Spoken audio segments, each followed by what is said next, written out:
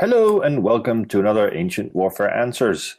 It's episode, I don't know how many. 165. 165, Murray. Have we answered that many questions? I think because podcasts do. We've done a few. We're getting distracted. My name is Jasper Orthuis. I'm the editor of Ancient Warfare magazine. And with me is Murray Dahm. He's my assistant editor. And today we are going to be answering the question, which was the fastest army overland in the ancient world? That is a very fabulous question. I think probably the Spartans win that one. Whether we believe that the Spartans marching to Marathon after the battle, perhaps rushing to get there after the Carnea festival so that they could support the Athenians as they were asked to do, turning up, having marched, 150 miles in 3 days, and then finding out that the battle had already been fought and won by the Athenians. But there was no pressure on that march. But did the Spartans know that? Probably not.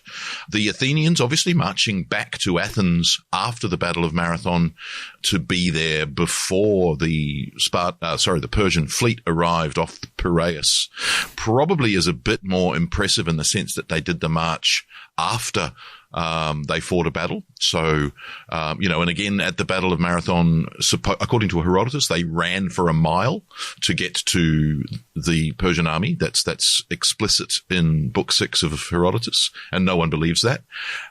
Interestingly, there are other accounts where like at the Battle of Cunaxa and also at the Battle of, I think it's Nemea, where the Spartans run the last stadium or 3 stadia at Cunaxa. We're not sure. So, that could be 600 meters. So this idea that you can run into battle and then obviously at the Battle of Marathon, once you've fought that battle, march back to the city is quite remarkable. There are fast marches throughout ancient warfare which always surprise the enemy. Probably the most famous example is Julius Caesar when he crosses the Rubicon and then makes such a rapid advance down Italy that Pompey and his supporters get spooked and obviously decamp to Greece. Having achieved that aim, Julius Caesar then says, right, I'll return to Rome. Now I'll go to Spain and secure my, just whip off to Spain and win a war there before coming back to Greece. And obviously in his conquest of Gaul, there's other sort of rapid marches which surprise his opponents. Probably there are several moments in the marching of Alexander the Great that surprise the enemy. He gets through the Cilician gates without any opposition. Did they evacuate or did he get there ahead of them? Even actually Alexander's surprised by the quick march of Darius at Issus. Alexander has to turn around because Darius has sort of stolen a march literally on him by crossing through the Amanus gates and getting north of Alexander, which is problematic because of the thing that makes fast marching possible is, of course, a logistics train that is operational.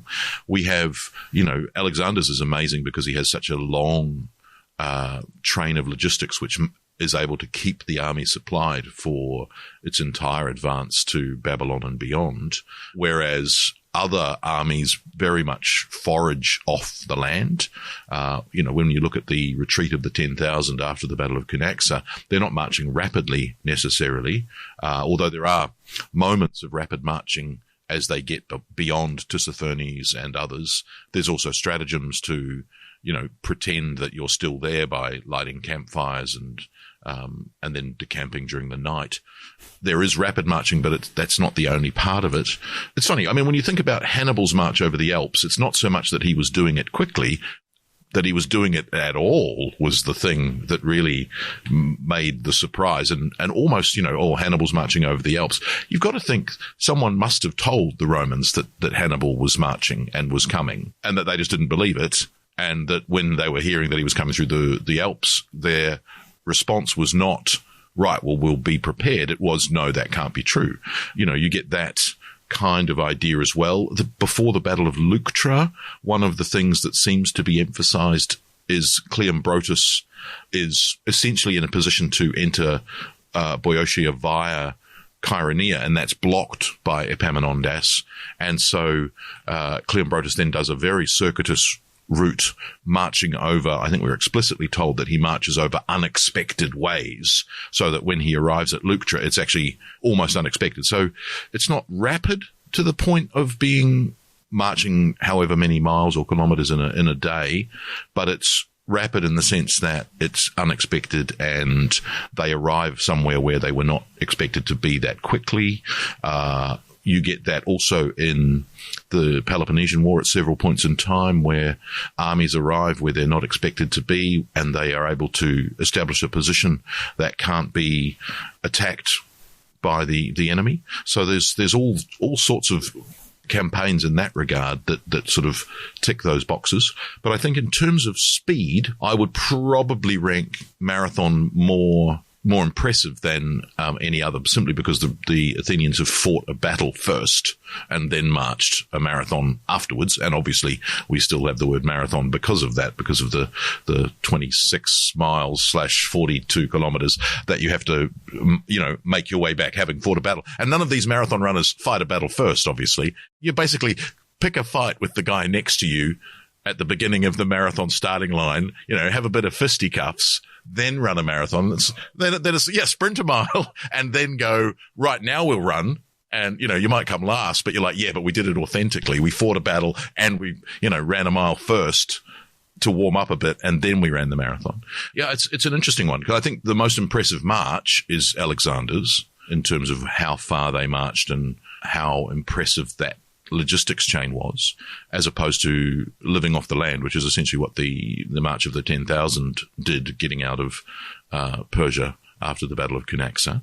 When you look at the distances, obviously the marches by even Julius Caesar aren't as great or as impressive in terms of distance, but some of them are very rapid.